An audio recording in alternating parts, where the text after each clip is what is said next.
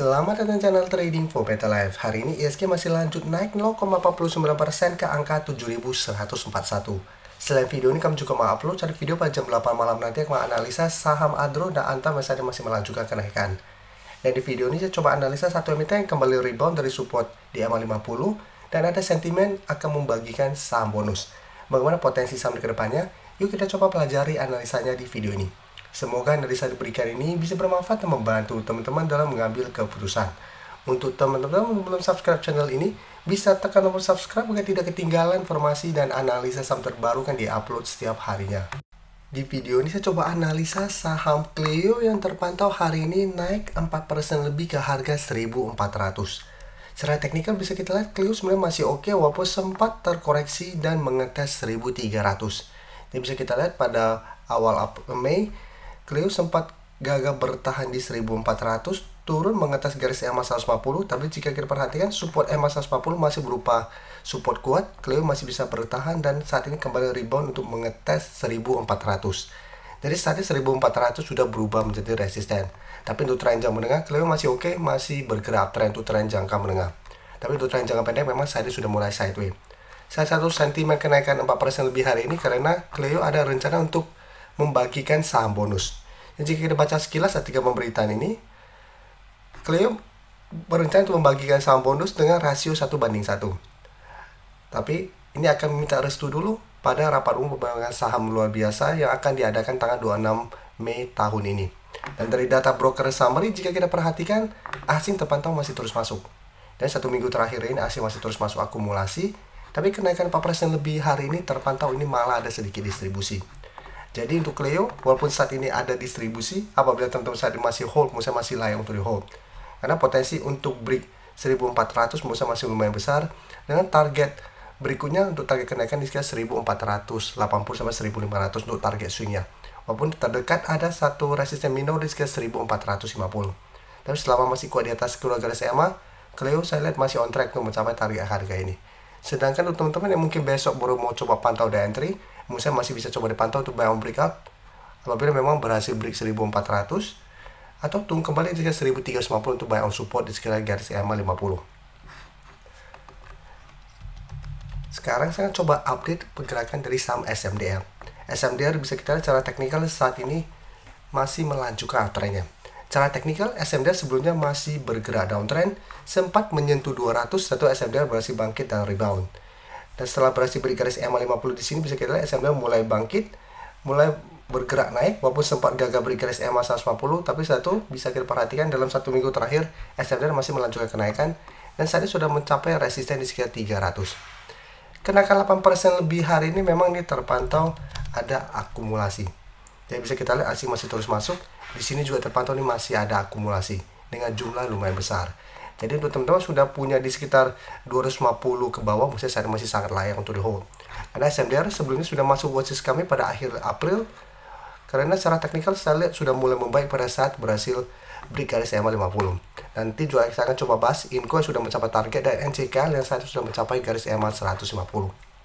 Jadi untuk SMDR sebelumnya kami masukkan ke watchlist pada akhir April karena mencoba untuk break 250 ini. Karena menarik, sudah berhasil naik di atas garis EMA 50, sehingga secara pergerakan SMDR ada potensi untuk bangkit dari downtrendnya. Dan ternyata langsung masih lanjut naik, berhasil break garis EMA 150 dan sampai saat ini masih bergerak naik.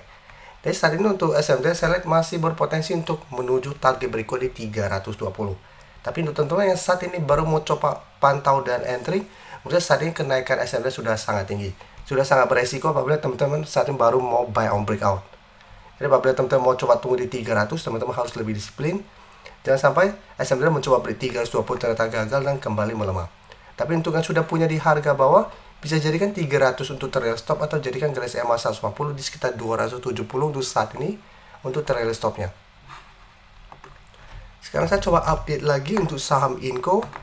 Inco secara pergerakan bisa kita juga sudah mulai membaik, walaupun masih berada di bawah garis EMA 150. Tapi seperti SMDR tadi, Inco sudah berhasil naik di atas garis EMA 50. Dan untuk Inco, sebelumnya kami masukkan ke watchlist pada saat mencoba untuk naik di atas garis EMA 50 dan 2500. Saat ini bisa kita lihat sudah berhasil beri garis EMA 50, sudah mencapai target di 3000. Saat ini untuk target berikutnya ada di garis EMA 150 di 3120.